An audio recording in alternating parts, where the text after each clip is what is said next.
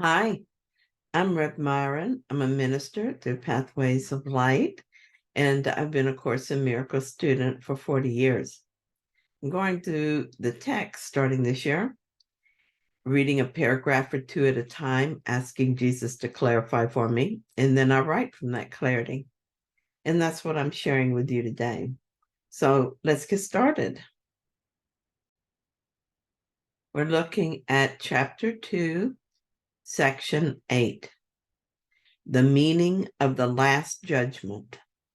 We're going to read paragraphs 4 and 5, and this will be the end of chapter 2. And so tomorrow we'll be starting on chapter 3. So paragraph 4, the meaning of the last judgment.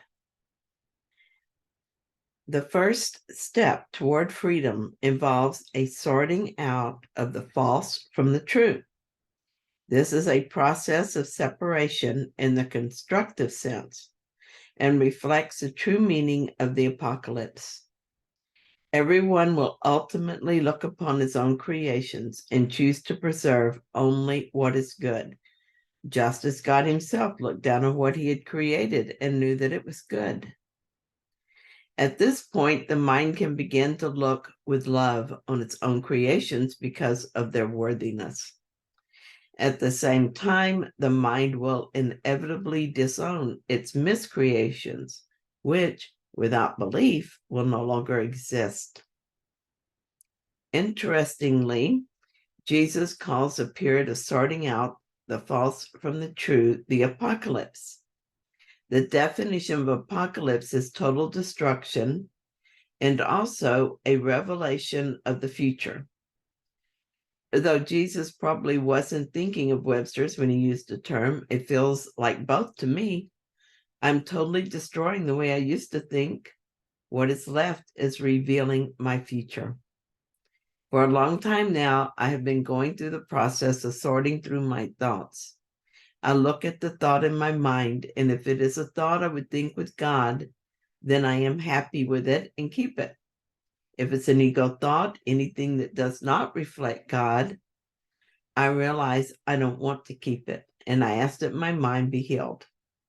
Then I accept the healing because this is what I really want. I have begun to experience the results of this work.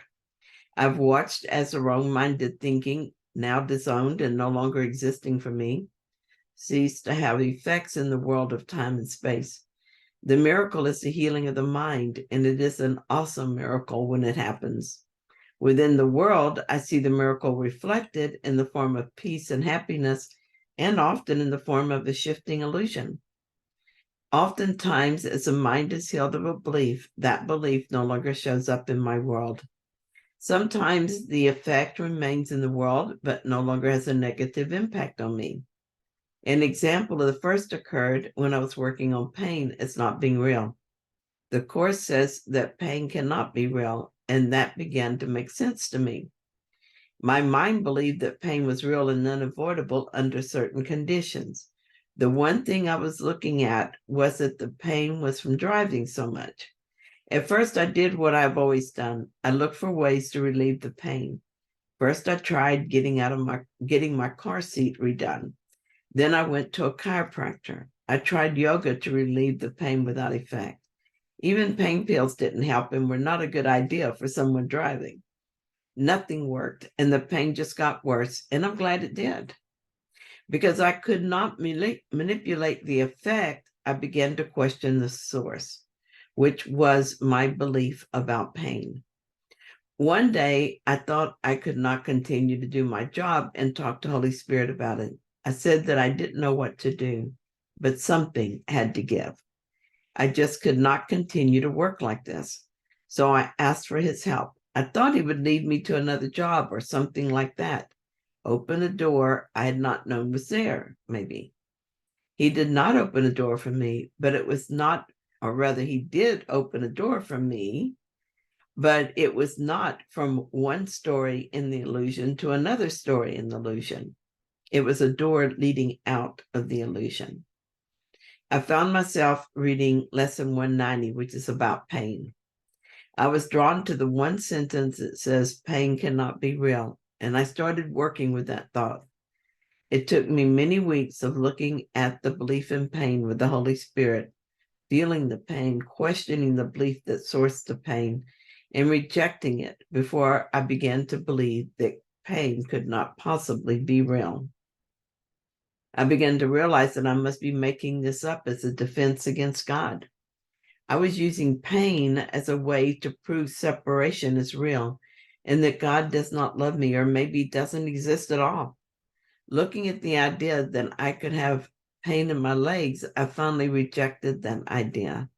The pain ceased to exist. It was amazing.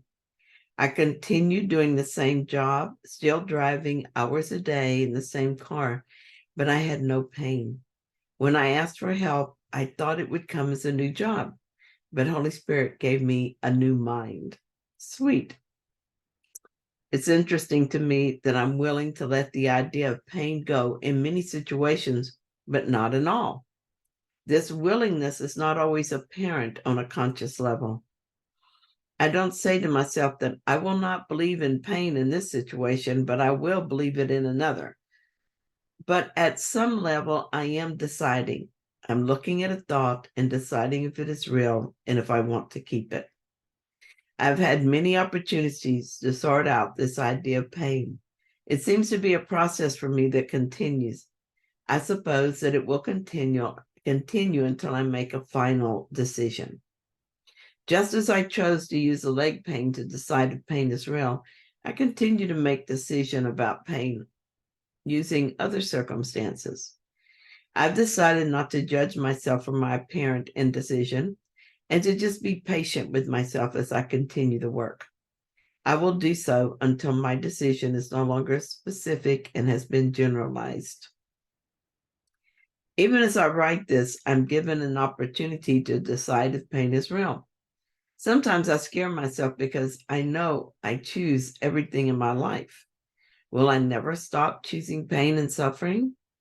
And yet I know that the mind that chooses pain is not my real mind. It is the ego mind that wants to continue the story and that is afraid of God. Through the power of my real mind, I make another choice. Another problem I had with my work was the extreme conditions I worked under.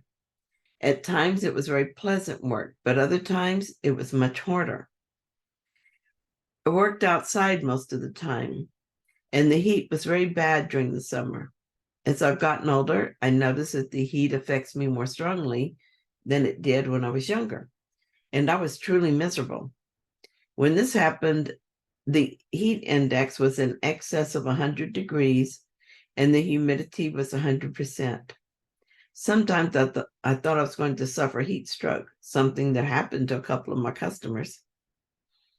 I decided that since I couldn't do anything about the weather, I should do something about my thoughts about the weather.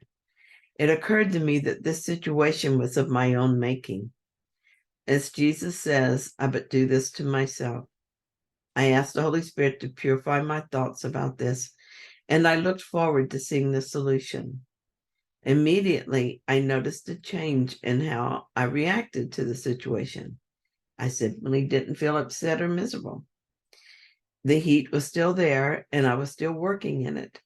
The difference was that I didn't react to it. I've continued to remain unaffected by it. Eventually, my job description was changed slightly, and while I still did the work I enjoyed, I was not working in the elements as much as I was before. I didn't do anything within the story to make this happen. When I change my mind about the purpose of the story often changes as well. The most wonderful part of this process is that in sorting out my thoughts and letting go of the wrong-minded ones, I'm not just feeling less negativity. I'm experiencing my true thoughts. I feel loved and loving. I feel happy, and also something I don't know how to describe. It's gratitude, I think, love, happiness, and yet just saying those words does not do justice to the feelings. Am I beginning to look with love on my own creations? Or is it a foreshadowing of this? I don't know. but I'm glad it's happening. And so let's look now at paragraph 5. The term last judgment is frightening, not only because it has been projected onto God, but also because of the association of last with death. This is an outstanding example of upside down perception. If the meaning of the last judgment is objectively examined, it's quite apparent that it is really the doorway to life. No one who lives in fear is really alive. Your own last judgment cannot be directed toward yourself because you are not your own creation. You can, however, apply it meaningfully and at any time to everything you made and retain in your memory only what is creative and good. This is what your right-mindedness cannot dictate. The purpose of time is solely to give you time to achieve this judgment. It is your own perfect judgment of your own perfect creations.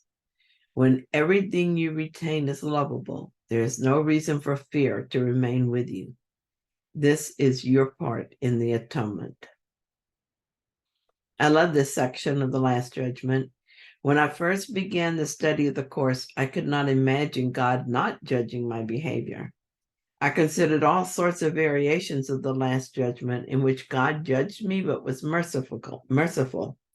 But there was always a judgmental God.